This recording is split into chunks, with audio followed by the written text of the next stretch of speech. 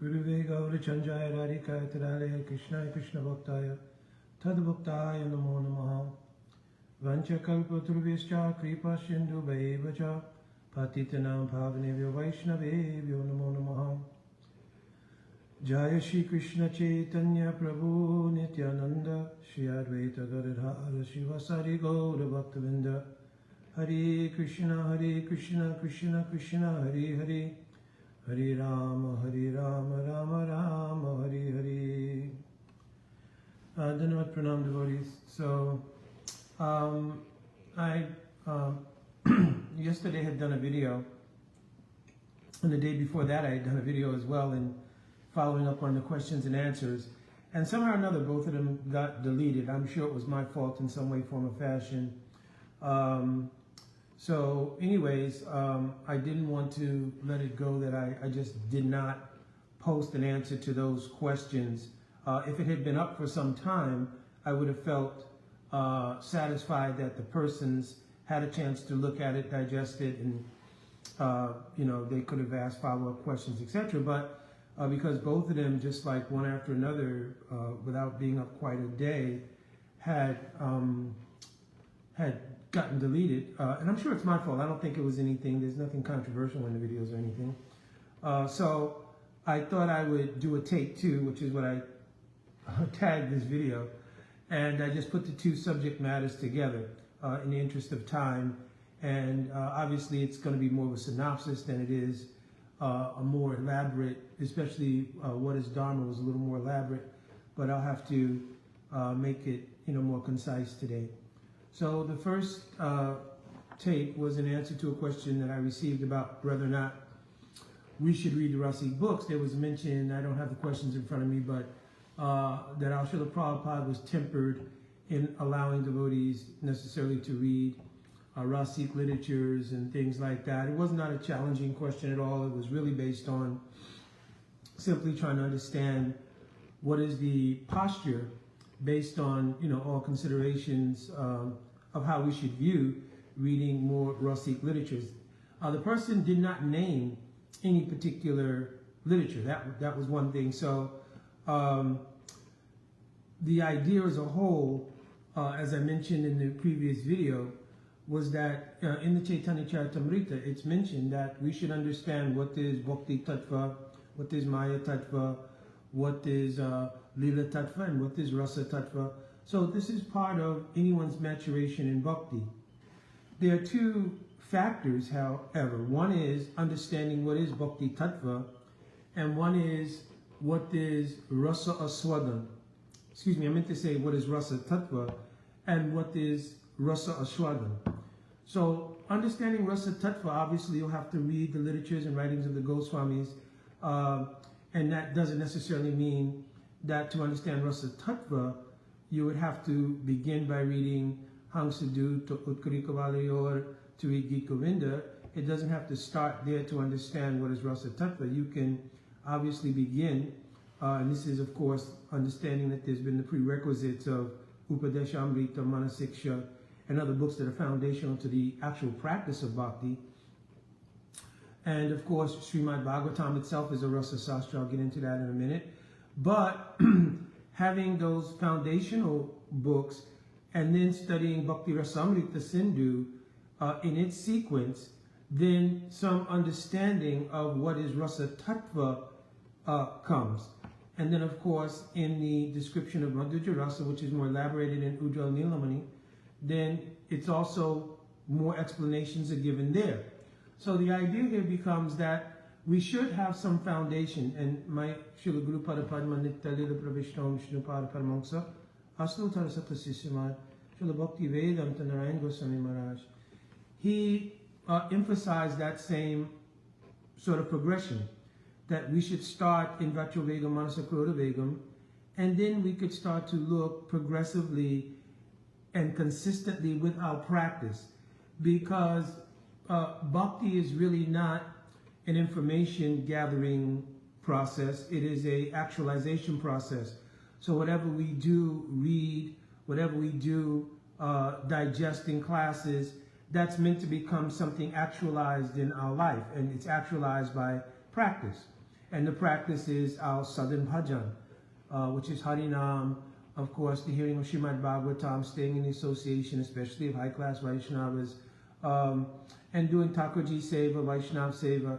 So there is a pragmatic element to creating the basis for realization, and then there is the subject matters and the getting of those subject matters, whether it's from reading or from hearing classes, whatever it might be. But the point becomes that in whichever way we gather the information, it should start to become realizations. And realizations don't mean like a huge epiphany all at one time, boom, there it is. It may come incrementally, oh, the dots have connected here, and in conjunction with the practice, there is some anubhuti, like Jiva Goswami has mentioned, Shravan Dwaram, Anubhuti Bhavati, that when you're hearing, there is some revelation, and that becomes a consistent part of your actual development in bhakti. Srila Gurudev has mentioned also, as we get various levels of realizations, then we should keep those sort of in the Hridoya Mandir, means in the heart temple.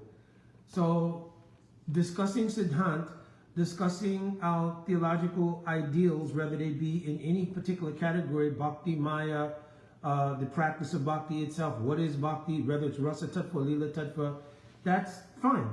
But the idea of the disclosure, oh, you know, what I'm realizing now and what are you realizing now, though Rupa Goswami has given the idea, guyam akyati prichati, but that's to an appropriate person at appropriate times, etc., etc. So basically, we should follow this methodology. We should develop foundation. What is Upadeshamrita? What is Bhakti? Understanding Rasa Tattva, beginning, even in Manasiksha, where Raghunath Das Goswami has laid things out. Of course, Bhakti Rasamrita Sindhu, Srila Rupa Goswami Pad has described the entire process of Bhakti from the very definition of what is Bhakti, all the way, if you go through and then going into Ujjalanamani, all the way up to what is Madhanakya Mahabhav. So, but we have to take everything in stages, and we have to try to see that what is being digested is turning into pragmatic advancement in bhakti. So, you know, we can judge that by the symptoms, Kyanti Avyakta Kala Tuam, etc. Right? So you should know this verse of Yakta, Kyanti Avyakta Kala Tam Virakti Manasu Yata. Right? Ashabanda Sumutkanta, especially Namagane Sararuchis Tadgunakyane. Do I have deep attachment for Harinam and for hearing Harikatha? Some people, they have a very deep attraction to Harinam, especially in the form of Kirtan, right? But Tadgunakyane, they don't have so much attraction to sitting and hearing Harikatha. And that's one way to, as a barometer, to see where your realizations are coming, because Harinam and Harikatha are the Rup and Swarup of Bhagavan. So Harinam is the Rupa of Bhagavan, Radha and Krishna present in their name, Abhinatvam Nama Namyo. But the Swarup of Sri Radha Krishna Yugal are in the Harikatha. That's why Krishna descends and performs so many leelas, etc., etc., with the hope, it's mentioned in the 10th canto of Bhagavatam, Anugrahaya Bhaktanam Manushinam Dei Namastita, Bhajate Tatra Sikritva Yat Shrutva Tat Paro Bhavet. So Yat Shrutva means with the hope that the jivas will hear it. And then Yat Shrutva Tat Paro Bhavet. And then an imperative in Sanskrit language, there's different grammatical things, and one is an imperative. And Bhavet is that kind of imperative. You must hear these things if you desire to genuinely advance. So here is a case for hearing also the nature of Rasik Katha. So, but I've already given the caveat out front of how it should be done. But is there any necessity to hear Rasik Katha? Certainly. Certainly. Srimad Bhagavatam is our Mool Granth. It is the foundation of our theology. The entire Sandarbhas are based around Srimad Bhagavatam. The writing of Brihad Bhagavatamrita of Sanatana Goswami, the original Goswami writing, based around Srimad Bhagavatam. Right? When the Lord wanted to reveal to the world, he came through the empowerment of Vyasadeva and revealed Srimad Bhagavatam. After Narada Sambad, the conversation between Narada and Vyas, Vyas had those revelations. He did Manasik Seva, right? Bhakti Yogena Manasi, Samyak Pratihile Amale, Apashat Purusham Puranam. Then he saw everything completely. Once he did this, Manasik Bhajan means deep kind of bhajan.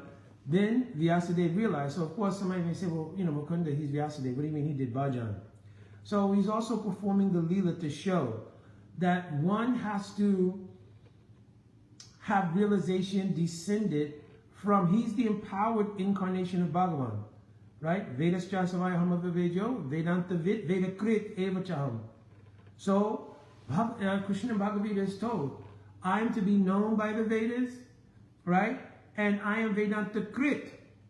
I am the compiler of the Vedas as well, right? I am the knower of the Vedas. I am to be known by the Vedas, right? And I am the compiler. So he has empowered Vyasadeva to compile all Vedic Sastra. Now when it comes to Srimad Bhagavatam, Tulya Bhagavata Krishna Vibhu Savasrai, Prati Shloke Pratyatre Nanatakai. That Srimad Bhagavatam is Bhagavan himself. And only Bhagavan can reveal himself.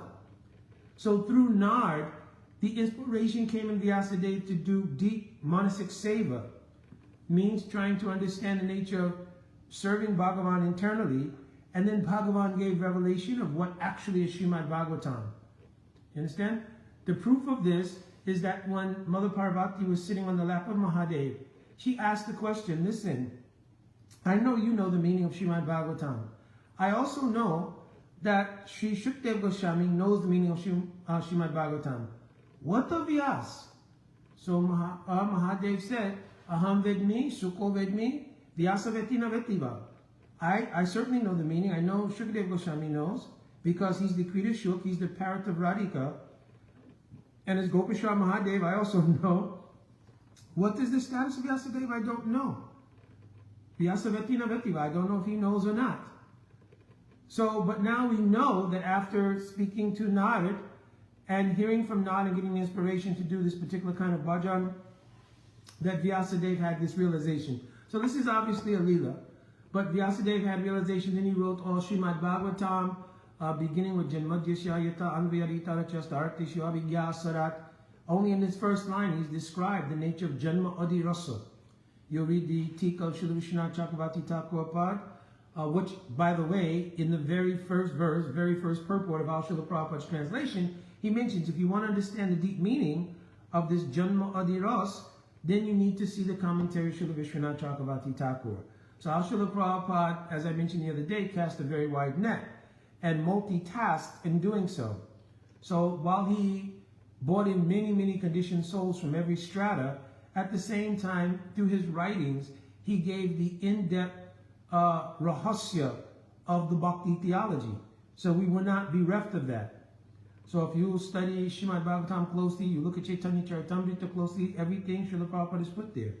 So, but in that very first verse, very first purport, Srila Prabhupada gives an indication. If you want to understand what is Janma Adi Ras and Anvayat Itara, how meeting and separation are the basis of the Adi Ras, and how Krishna is Akila Rasamrita Murti, Abhigyasara, therefore he's the embodiment of Ras. All these things are expressed there right in that very first verse. So we don't have any lack of Ras even in Srimad Bhagavatam, which is our Mool Granth. You understand? So, but therefore Rupa Goswami has recommended, I think it's maybe 61st Anga, there's 64 Angas of Bhakti, and maybe 61, I cannot remember directly, but Srimad Bhagavatam Artadam Rasika Saha. So Rasika Saha means in the association of Rasik Vaishnavas, then we should hear the Artha, the meanings of Srimad Bhagavatam. Right? Because so many different kinds of people are reading Srimad Bhagavatam. Right? Some people are reading Srimad Bhagavatam simply to understand what is material duty. Some people are reading Srimad Bhagavatam as an academic pursuit. Some people are reading Srimad Bhagavatam simply based on their cultural religious affiliation. But if you are in the process of wanting to obtain Shuddha Bhakti, Prem Bhakti, then you'll have to hear the elements of Srimad Bhagavatam which nourish and grow that aspiration and make it a reality.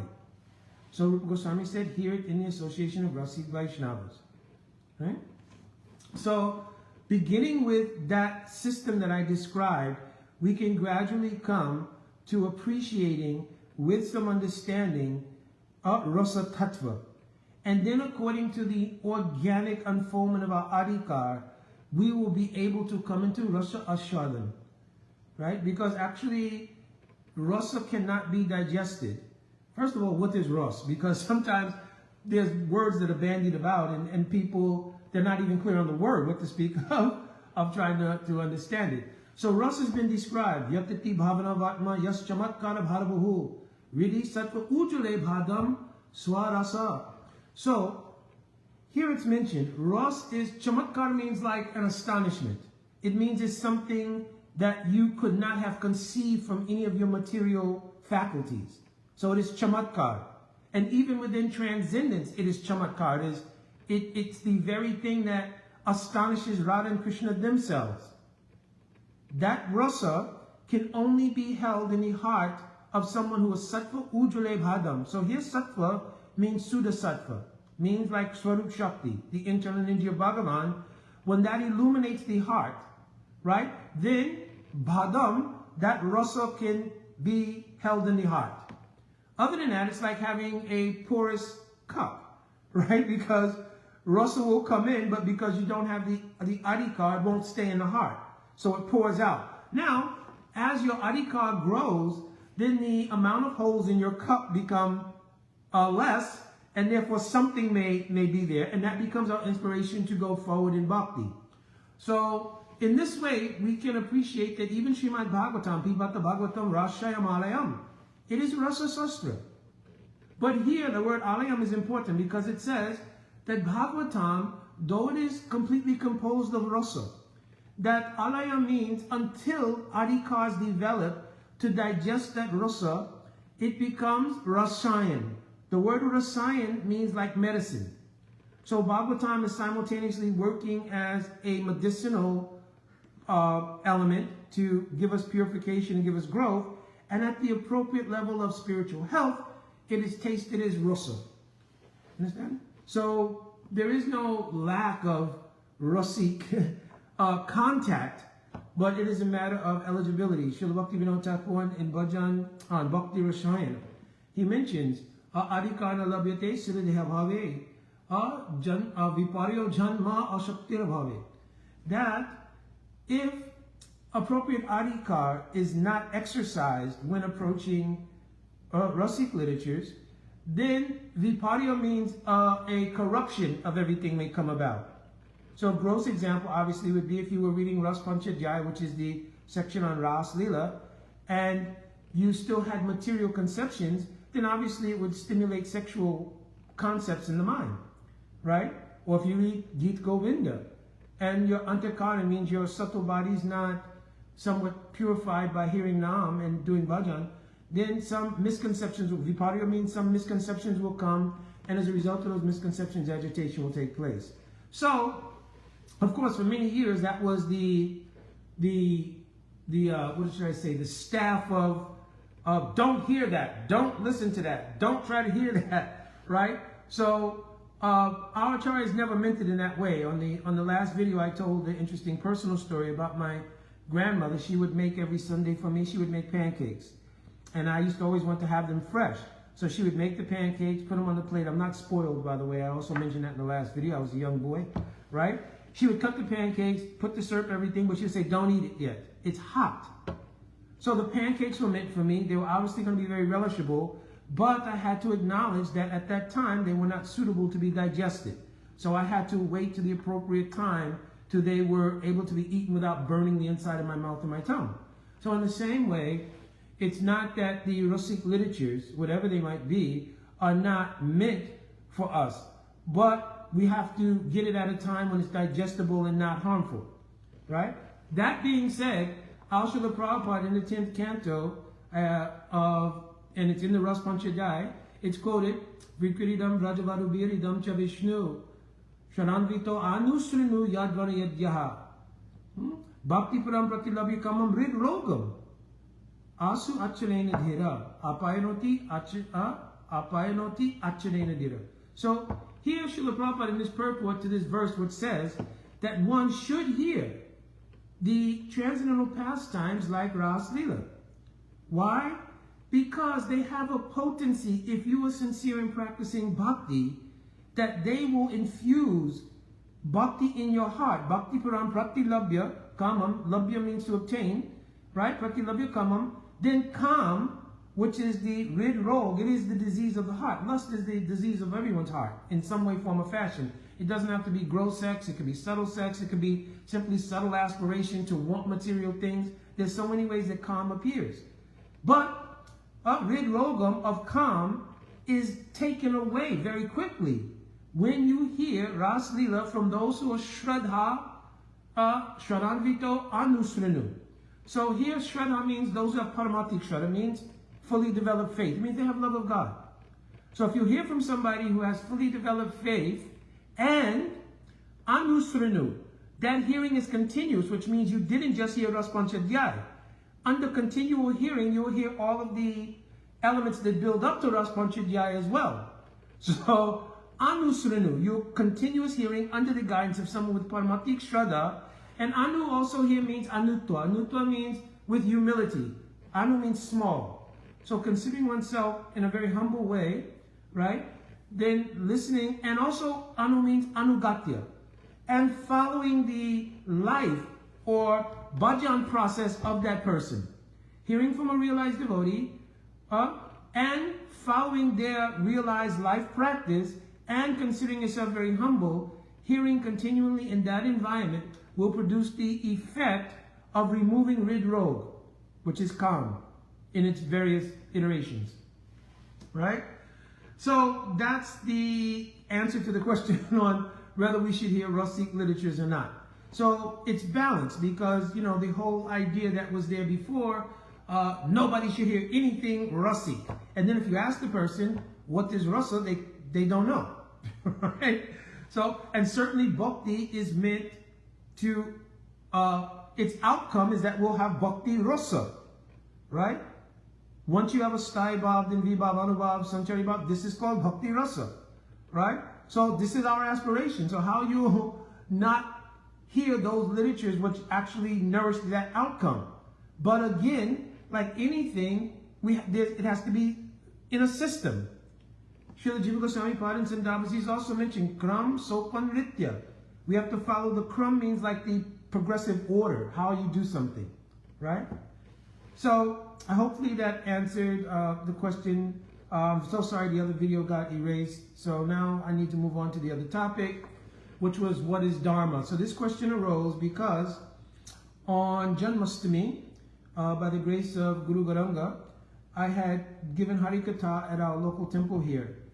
And in giving Harikatha, I mentioned how to observe the nature of understanding Dharma according to the unfoldment of the three Leelas.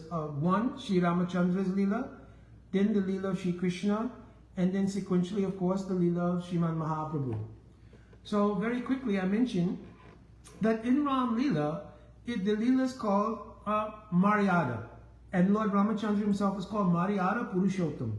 It means he's the emblem of Dharma. Ram was the perfect son, perfect king, perfect husband, perfect friend, right? So Ram was the emblem of Dharma in its perfection, right? So I told the story that is mentioned in Dakshina Ramayana because there's so many copies of Ramayana. When my Guru Padma told me the story I'm telling now, I didn't see it in Valmiki Ramayana. So Guru says there's so many different manifestations of Ramayana. So in South India, there's also Ramayana. It's called Dakshina Ramayana. And in the Dakshina Ramayana, the story is told of when Ram was a very small boy, that he did neither Ram, Bharat, Shatrughan, or Lakshman, they never considered whose mother is who. They all considered Kausalya, Kaikeyi, Sumitra, they're our mothers. They never took any distinction. So Ram was once with Kaikeyi and enjoying very beautiful atmosphere there in Ayodhya. And looking at the smiling face of Lord Ram, she said, "Oh, my child, what can I give you?" So Ram said, "Oh, mother, I will ask one favor of you." So then Kaikeyi told in short, "Yes, I'll give you anything, the sun and the moon."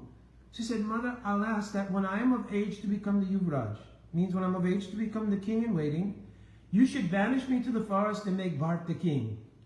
So first Kaikeyi, she was completely bewildered. This is not the speech of a 2 or 3-year-old boy. So she kind of dismissed it. So he said, "Oh, mother, you should promise me." She said, "Oh, listen, you're too young. Perhaps being around your father and hearing these kinds of words, you pick something up, and now you're simply speaking this thing. You're a young boy. Think about enjoying the kingdom of Ayodhya. Think about playing with your friends."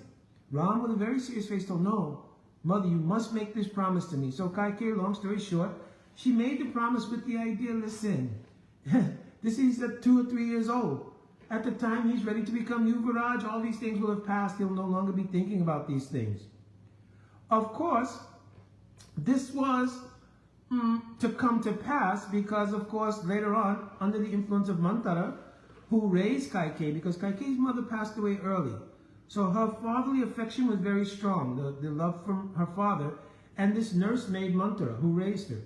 So under the influence of Manthara, who told to Kaikeyi that if you don't ask for the 2 boons you will do, many of you know this story already, so I'm not going into details, that if you don't ask for the 2 boons that you received from Dasarat when you assisted him during battle, then when Ram becomes the king and Lakshman is his close companion, just the Shatrughanishta of heart, then they will even make an alliance and go against your father. So when Kaikeyi heard that, because of a deep fatherly affection, then she went ahead and carried out the instruction of Manthara, which ultimately was the wish of Lord Ram himself, which she didn't think about at that time, but she, only under the influence of Manthara, she begged Dasaratha for the 2 boons. Everybody knows what happened from there. So, one is that my Guru Parapadma and Acharyas have mentioned that even though in Ram Leela, there are only 2.5 rasa there. One is Dasya Ras. All are in Dasya Ras there, and then Vatsalya Ras. And half of Sakya Ras. Because all of those who are friends with Lord Ram, like Guha, Vibhishan, Sugriv, they all know he's Bhagavan. Right? So it's called Gaurava Sakya Ras. But the seeds of all the rasas are there. Right?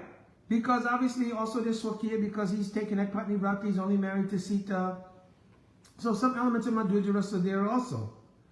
So also our acharyas have explained in Ram Leela, all of these seeds that will manifest in Krishna Leela have been planted. Why did Ram ask to be banished to the forest? Because in Krishna Leela, he'll spend all of his time in the forest or during Vanvas, which is spending all his time in Vrindavan. Also, later on, when Dasarat pronounces the wishes of Kaikeyi to have him banished, Ram can then spend 14 years in the forest. But of course, here there was a problem. One was that they had only been married, I believe, 2 years, if I remember the commentaries. And now Sita, who was the daughter of Janak Maharaj and raised in royalty, she's thinking, what would I do? Will I be without my husband? This is not Dharma Patya, means the chaste duty of a wife. But Ram is insisting, you cannot go to the forest. We'll be there, there's nothing hardly to eat, there's wild animals, there's danger. From my previous experience with Vishwamitra, there's Rakshasa, so many different things. But Sita told, listen, how can I perform my Dharma, Dharma Patya, if I'm only with you under the times when things are happy, things are safe? So no, Dharma Patya means that I will be with you under all conditions. That's my Dharma. And you cannot, as a husband who's emblematic of Dharma, deny me the ability to be a Dharma Patni, means a chaste and religious wife.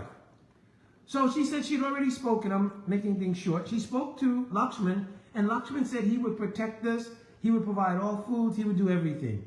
So of course, according to the narrations, Lakshman did not sleep for 14 years. Backstory, his wife Urmila got a boon that she would be able to rest, and that rest would be given as a boon to Lakshman. So in this way, they spent 14 years in the forest, right? So many wonderful pastimes take place and everything. Of course, one of the biggest pastimes is the visit to the ashram of Valmiki Rishi. Valmiki Rishi was actually living during the time of Lord Ram. So that's a whole another thing. If you really want to study Ramayana deeply, in many places, like in Ramcharitmanas of Tulsidas, he does not include the Uttarakhand. But the Uttarakhand of Ramayana is where all of the genesis of how everything happens is in Uttarakhand. right? So it's very important to study that. So anyway, once Sita is kidnapped and taken to Lanka, of course, you know all of this story, how Ram arrives there, first Hanuman arrives there, and he offers Sita, oh Sita, please, you should get on my back. I have Lord Ram's ring to prove that I'm his emissary, and you should come and allow me rescue. He said, no. Dharmapatya means I am only to be rescued by my husband. So, of course, Ram, when they finally arrive in Lanka, and after Ravan is killed and everything else, what does Ram do? Ram tells to Lakshman and Hanuman, go and bring me the daughter of Janak Maharaj. Never any affectionate word like, oh, bring my darling wife. For so long we've been separated. I cried tears during the whole time when I was invoking the help of Sugriva and Hanuman. When I got to the ocean at Lanka and we could not easily cross the ocean, I sat for 3 days crying in a deep mood of separation. But now having arrived in Lanka, Ram told, oh, bring the daughter of Janak Maharaj. He would not even go himself to the Asokan. So when Sita came before him, he then said, listen, having been separated from me, your chastity will have to be proved. Dharma. All this for Dharma. So then, of course, we know that the original Sita was taken by Agni Dev when Ravan tried to kidnap her and kept with Swaha, his wife. And that when this Agni Pariksha means the test by fire of her chastity was performed, the real Sita came out, and that Maya Sita, of course, was destroyed. So now Ram was very happy. Her chastity was proven. They returned to Ayodhya. After only a couple of years in Ayodhya, they had constructed like a museum. And this museum was to give the Ayodhya Vasis a chance to see what their life was like during their 14 years. So they had artists and sculptors come in and replicate in bas reliefs and in paintings their time during their exile. While they were in that facility and they were observing the work of the craftsmen, they came across the relief of the time they spent at Valmiki's ashram. At that time, Sita was pregnant with Love and Kush. When she saw the bas relief, the memory of her time at the ashram came, and she had the thought, listen, though this Ayodhya is very beautiful, what it would be like to raise my children in the atmosphere of that forest, with all of its natural beauty, with the beauty of the Tamasa River very nearby. So she was thinking like this. At the same time, one minister came, and that minister called to Lakshman and told Lakshman, listen, our Gupta means secret, and I can't think of the second word, but every kingdom has different agencies within the order of the kingdom. And one is spies. They're called Gupta something. And Ram had them obviously always in the kingdom just to make sure people were happy. Now, in some narrations of Ramayana, it says Ram himself heard this. But in other narrations, and many commentators on Ramayana said that these spies of Ram overheard some murmurings in the kingdom, and especially they heard that one washerman, they're called Dobiwalas, his wife had gone to the house of her father without telling the husband and had come back late. And so the husband told, listen, do you think I'm like Lord Ram? That you can be out of my presence, without my knowledge, and then return, and I will accept you? So that minister was told by the spy about this, and he told to Lakshman. Lakshman called Ram to a private area in the museum and told, listen, we've heard these kind of murmurings in the kingdom. And Ram said, it is my duty as a descendant of the Raghu dynasty to uphold the Dharma of our dynasty. And therefore, tomorrow, I want you to take Sita, drive her very near the ashram of Valmiki Rishi, and leave her there. When Lakshman heard this, it was like a thunderbolt. But because he was the younger brother, he could not protest. He only looked with great pity and great shock at Lord Ram. And Ram, with very dhira mood means very sober, stern mood, simply looked as though he was sort of enamored in the ideal that I have to uphold the Dharma of the Raghu dynasty. Lakshman put his head down and walked away, and he told Sita that the next day they would go to visit the ashram of Valmiki. Sita was very happy. She immediately packed some things to take for Valmiki from the kingdom, and to take some donations and everything. The next day they got on the chariot and they were driving. As they got near the ashram of Valmiki, Lakshman stopped the chariot. So Sita thought, oh Lakshman, we are very nearby, why are you stopping here? Then Sita in her innocence looked, oh I see, there are so many beautiful flowers and fruits here. Yes, let's take the baskets, let's gather more of these things to take to Valmiki Rishi as an offering. When she got down from the chariot, she began going towards the trees where the fruits and flowers were, but she noticed that Lakshman didn't get down. She said, oh Lakshman, will you not come with me? And then Sita thought about something. I remember that when we were in the forest alone previously, because Marichi was one demon, everybody may know this story, he took the form of a golden deer under the order of Ravan to entice Ram. So when Marichi showed up, even though Ram knew it was a demon, Sita insisted that she wanted the skin of that deer. So when Ram went to get it, Marichi, when he was killed by Ram, called out in the voice of Ram. Rakshasas have this ability. And when he called out, oh, save me, Lakshman, save me, Lakshman did not budge because Ram had given the order, you should stay to protect Sita. Sita at that time said, go and help your brother, go and help your brother. But Lakshman told, listen, Ram told me to stay and to protect you. I cannot leave. So Sita made a statement. And now she's reminiscing on that statement. Because looking at the face of Lakshman, she knew something was amiss. And so she then thought, oh Lakshman, are you remembering that I offended you by suggesting that you wanted to have your brother killed so that I could become your wife? Because of course in Vedic times, like in the case of Sugriva and Bali, when Sugriva thought that Bali had been killed, then he married Tara, which was the wife of Bali, right? Because in those days that was the system. So she challenged Lakshman, oh, is this what you're thinking? And of course it pinched Lakshman very deeply because Lakshman had never even looked above the ankles of Sita. That will be borne out later on when the jewelry that was found by Sugriv and the Banaras, when that was shown to Lakshman, he said, I can't identify it. Ram was crying, so he couldn't identify it. And when they showed it to Lakshman, he said, I don't know.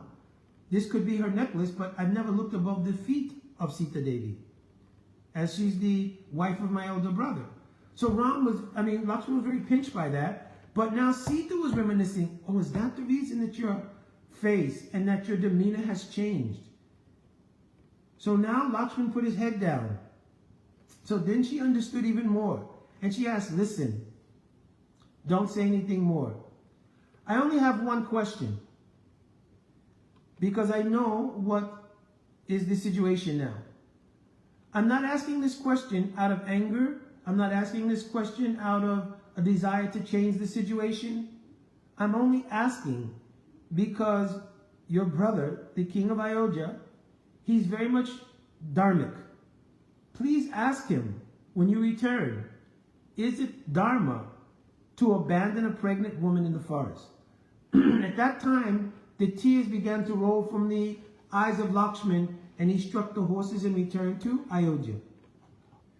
At that time, among many other things that had happened previously, like during the Swayamvar of Sita, when they were announcing the glories of all the kings before they would come up to try to break the bow, Lakshman was so impatient. Why are they glorifying all of these kings? My brother's the supreme here. My brother could break this bow just like a toy. But Vishwamitra, and especially Ram, oh, calm, Lakshman. You should not speak like this. So his ability to serve and to glorify and to do everything to serve Ram was checked because of Dharma and etiquette. Now that Dharma and etiquette had hit a pinnacle where it actually crushed Lakshman. And he made the determination, I will never be the younger brother ever again. Sita, after all kinds of things happen after that, of course, the birth of Love and Kush, they're coming to Ayodhya to recite Ramayan, right? They're witnessing the yajna of Ram with golden Sitas and going back and telling their mother, because they only knew their mother as Vanadevi, what they had seen, all of the different pathetic scenes that take place. Finally, when it's discovered Sita has given birth to these two sons, they are the sons of Ram, and Ram brings Sita back to Ayodhya and again asks her, for the sake of the Ayodhya Vasis, right, and for Dharma to again do the Agni Pariksha, Sita at that time says, listen, if any other Purush, any other person has never crossed my mind, and if any drop of unchastity has never entered my consciousness, O Mother Earth, because I appeared from the digging of Janak Maharaj when he was digging a Yajnashal, oh, my Bhumi, you please take me back and embrace me in your bosom. Immediately the earth opened up and embraced Sita. At that time, Ram went completely mad. He told, listen, if you don't return my Sita, I'll render you asunder. He grabbed arrows and everything. He was only checked by Shishti and others. So in this way, the very nature of the Lord to fully enjoy. Of course, Brahma is Atmaram. I'm only speaking in Rasavichan Leela here to try to define in these Leelas what is Dharma. So here, Dharma was the ruler. And because Dharma was the ruler, the Lord ends his pastimes. There are many different narrations, but according to Valmiki's Ramayana, they end by all the Ayodhyavasi simply entering the Surayu, deep mood of separation. So in the next Leela, which all the seeds have been planted for in Ram Leela, then when he appears as Lord Krishna, the first thing he does is say, to hell with all Dharma. To hell with all Dharma. And let it be known that I'm saying that. Therefore, he empowers Vyasadeva in his writing of Srimad Bhagavatam that after he writes the very first glorifying the Adirasa of the love between Radha and Krishna, which has no fetters of Dharma because it is Parakiya. It means it is love between Krishna and another person's wife, which is certainly not according to Lokik Dharma, right? Krishna declares after reciting that first verse in the Vastu Nirdeshtatmaka verse, because Bhagavatam, the first three verses, one is the Namaskar, second is the definition verse, Vastu Nirdeshtatmaka, and the third is Falstuti. So in that defining verse of Srimad Bhagavatam, he says, Dharma projita kaitavatra, kick out all this so-called Dharma. Paramanoli matsaranam satam, and only speak about that Dharma that resides in the heart of pure Vaishnavas. So that Dharma which resides in the heart of pure Vaishnavas has been described by Rupa Goswami perfectly. Anya abhilasita sunyam jnana karmadya navratam anukulyena Krishna anusilanam bhakti rutam. Uttam Dharma, Uttam Bhakti is Uttam Dharma. What is anukulyena Krishna anusila? What is pleasurable and what is kalyan, means welfare for Krishna? That is Dharma. So kick out all other kinds of Dharma. It's all cheating. Because really Dharma is Bhagavan Icha. What Bhagavan desires, that is Dharma. And therefore Lakshman now comes as Sri Baladev Tattva. And Sita Devi appears in her original form because all of the Shaktis of Bhagavan, Lakshmi, Sita, are actually the Prakash, means manifestations of Srimati Radhika. So the original Swarup Shakti, the original personification of Bhagavan Shakti now comes as Srimati Radhika. And now because Radhika and Baladev are present, they can fully nourish the happiness of Krishna, void of any other consideration of Dharma being anything other than the pleasure of Krishna. So here now the definition of Dharma through Ram Leela has presented itself as one thing, and now it is elevated to another thing. This is going on quite long, so I have to... But if I didn't tell a lot of Ram Leela, the perspective wouldn't be there. So now Krishna, what does he do? From his very childhood, he, in his play, has to kill one woman, Putana. As he grows up, he steals, he lies, he pinches babies, right? He even steals from his own house, right? And then as he gets a little bit older, he goes around and he has a whole gang, right? Chora Garganyam, right? They're called, right? One bhajan is written like that, Chora Garganyam, the king of all gangster thieves. And what do? They steal from one house to another. And they cause so much disruption. And when he's a little older than that, when he's coming into Kaishor age, he starts his association with the wives of others. But all of this is the pinnacle of Dharma. Because it is the complete fulfillment of Bhagavan Icha. The desire of Krishna is completely fulfilled. How? Because Radhika now can completely control Krishna by her love. Ramani Shiromani Vishabhanu Nandini Neelavashami Paridhana Chinaparata Jini Varna Vikasini Bada Kaveri Hari Pran. A Kaveri means a braid. So here Radhika is being glorified. Ramani Shiromani. She's the crest jewel of all of the beloveds of Krishna. And she has the power to bind Krishna up in her braid. Sita, where she was so submissive to Lord Ram, and she tolerated being banished in the forest. If Krishna will even, by accident, do what's called Gotra Skalana, it means if he's trying to glorify Radhika, but accidentally in his poetry says, your eyes are like the moonbeams, Chandravali. Radhika will tell, get out of here. Leave this kunj and don't come back. If you're so fascinated with Chandravali, go there. And does Krishna like it? Yes. Priya Mariyan Kori, Tandere Batsan, Vedastuti Hayate Hori, Harishe Muraman. Krishna's telling, listen, if Radhika will chastise me, I accept that chastisement as to be sweeter than the sounds of the Purusha Shukta. Sahasra Sirisa Purushat, Sahasrasa Sahasravat. He considers that my mind is stolen away from thousands of Brahmins chanting Purusha Shukta and other such stutis simply by her chastisement. And what about Lakshman now as Lord Balaram? Oh, now he controls Krishna. He's Surit Sakha position. Surit means he's a little older, therefore he controls Krishna. Don't do this. You do that. Yes, Rohini Ma, Yashoda called us to come home. You come home now. Krishna used to want to go to the Kaliya Harit. The Kaliya Harit means like one section of Jamuna where Kaliya had come. But every day he would go with Balaram. He definitely didn't try to go there because Balaram wouldn't have it. But on the day of the Nakshatra birthday of Balaram, when he stayed home, that's the day that Krishna went to chastise Kaliya. Similarly, when they were in Dwarka, or when they were in Mathura, Krishna sent Uddhava to Braj, but he did not go himself. Baladev asked, listen, why don't you go yourself to Braj? You're sending an emissary there, but why you yourself don't go? And Krishna gave so many excuses. When they were finally in Dwarka, Baladev said, yes, I'm going to Braj. He didn't ask permission. Krishna could not check Baladev. Baladev now, who's the personification of Seva Vritti, Seva Vastu, the mood and substance of service to Bhagavan, is in charge now. I'm going to Braj. You're coming or not coming? I'm going anyway.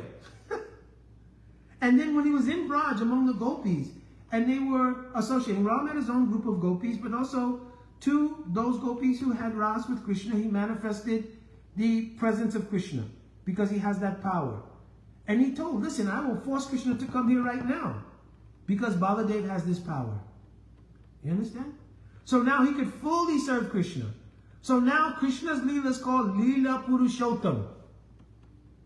Because the dominant thing here is Leela.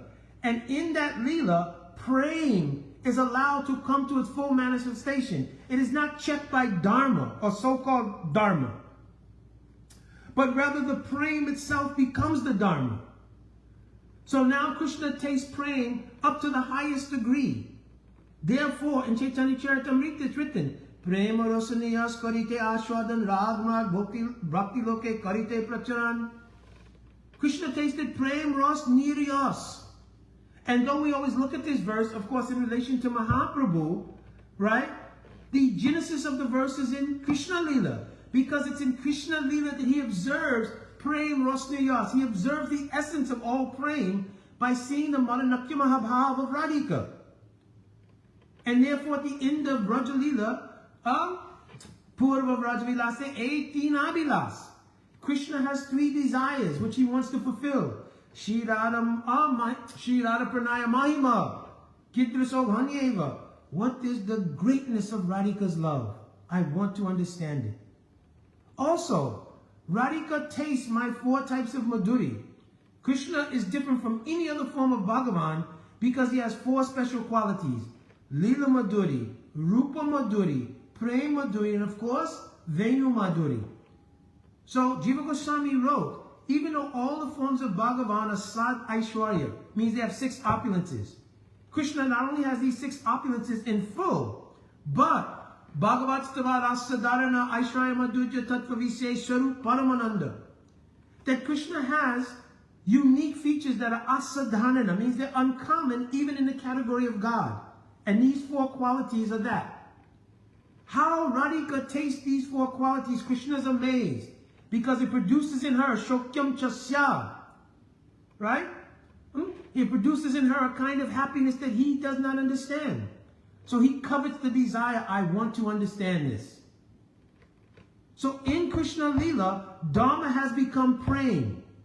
And now, at the very end of Srimad Bhagavatam, Vyasadeva, who's now a Pashat Purusham Puranam, he's seen everything. He could not see everything if he did not see the coming of Gaur Lila. So in the very last verse of Srimad Bhagavatam, he writes, Nama Sankirtaniyasa Sava Papa Pranasanam. That in the next sequence to this, the Lord will come to actually taste what is Dharma. So now Prem Rasniyas Karite Ashwadan Ragmar Bhakti Loke Karite Pracharan. Not only will he himself come and taste Dharma, but looking back to all the pure devotees from the previous incarnations, he will bring them into Gaur Lila. Hanuman, he will become Murari Gupta. Prahlad, he will become Haridas Thakur. Uddhava will become Paramananda Puri. So many of the previous Jai and Vijay will become Jagai and Mara and also receive this prem. This prem is the intensity of Rag Mag, which leads to Braj prem. So they will taste the intensity of that through Nam Sankirtan, especially in the Srivasangam. So Rupa Goswami wrote, it's written, Bhagavatam, but he quotes this verse. Prem naiva gopa ramanam kama mityagamat patam udava adayopietan vajanti bhagavat priya. All the dear devotees of Bhagavan from the previous incarnations came and tasted the intensity of Braj Prem. They did not change swarups and become different Brijabasis. But in the speciality of Gaur Lila, which is Ardhorja, they tasted the intensity of that Braj mood. So Bhagavan not only himself tasted it, but he distributed to pure devotees. Now what about us? So he told, listen, Suno Nityananda, Suno Haridas. You go and you make sure that even among the jivas of this world, who were not qualified, like previous pure devotees, you make sure they have access to get this. So Nityananda set the bar. He went out and the first persons he preached to was Jagai and Madai. Of course, by Leela, they're Jai and Vijay, right? But he preached to those who were performing the Leela of being the lowest. And he shed blood in order to do it. Mahaprabhu also empowered Rupa Goswami. Vrindavaniyam Rasakeli Vratam Kalena Lupta Nita Shakti Upta Sancharya Rupe. He empowered Rupa Goswami to then write the actual definition of Dharma. And he wrote Anya Abhilasita Sunya Jnana Kamadya Navritam. That person who is described in Bhagavatam as Paramoni Matsananam Satam, same thing, he has no other abhilas. So here it doesn't say desireless persons, it says a person who has no anya abhilas, no other desire except to please Krishna, and whose desire is not covered by jnana or karma, and whose only desire is anukulena Krishna anusilanam. They have uttam bhakti. This uttam bhakti is Dharma. Therefore, we can see progressively that the goal of all Dharma is Bhagavat Prem. And that Bhagavat Prem, expressed as Radha Dasyam, service to Radhika, is the highest form of Dharma. Mahaprabhu himself told, Anapita Chidim Chatkunanvati Nakalo Sumutpayatam Unata Ujwala Rasa Swabhakti Sriyam. To do this kind of service to Krishna through Radha Dasyam is the highest form of Dharma. And look at us, all people from all walks of life, from all different grades. By the mercy of Srila Prabhupada, our Guru Vargas, my Guru Padma, so many, we're now here in the throes of the extension of Gaur Lila in aspiration for that very thing. So in the Janmashtami Katha, I only try to create an observation of looking at this thread of the Leela of Bhagavan. From Ram Leela to Krishna Leela to, of course, Prem Purushottam Leela of Mahaprabhu, and see what actually is the definition of Dharma. The gopis personify that definition. Atma Sukhe Duke Gopion Nakare Vichar. They never had any self-interest of their own. All of their desires were only to please Krishna. So this is real Dharma. This is the Dharma expressed in Srimad Bhagavatam. So I went way over what I was supposed to do. I have a meeting at 12 o'clock. So I'm going to have to beg leave. But hopefully this was answering both questions, and hopefully I don't accidentally erase this video as well. Somehow or another, I don't know what happened, but I had to put the two subjects together. Devotees, thank you very much for bearing with me, those devotees who asked the questions, and those devotees who come on to hear the questions and answers. Also, please give me your mercy, give me your kripa, that I can somehow keep good health, and also keep some semblance of doing real bhajan, so I'll realize something in this process. Jai Vanchakal Patrubhischa, Kripa Shindavevacha, Patitanam Pavane Vaishnavevyo Namo Namaha. Jai Radhe Radhe.